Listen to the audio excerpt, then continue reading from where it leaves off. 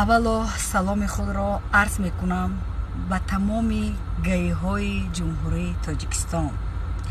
фаҳмидам ки имрӯз ҷашни 85-солагии иди анъанавии шумо будааст ва эҳтиромона ҳама шуморо бо идатон муборак мегӯям, ба хотире ки на танҳо ман ҳамчун санъаткор, ҳамчун зан, ҳамчун бонӯ тӯли чанд сари сол аст ки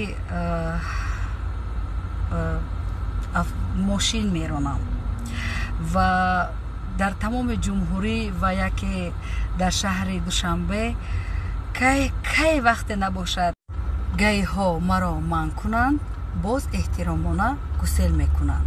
ман ҳамаи шуморо эҳтиром мекунам.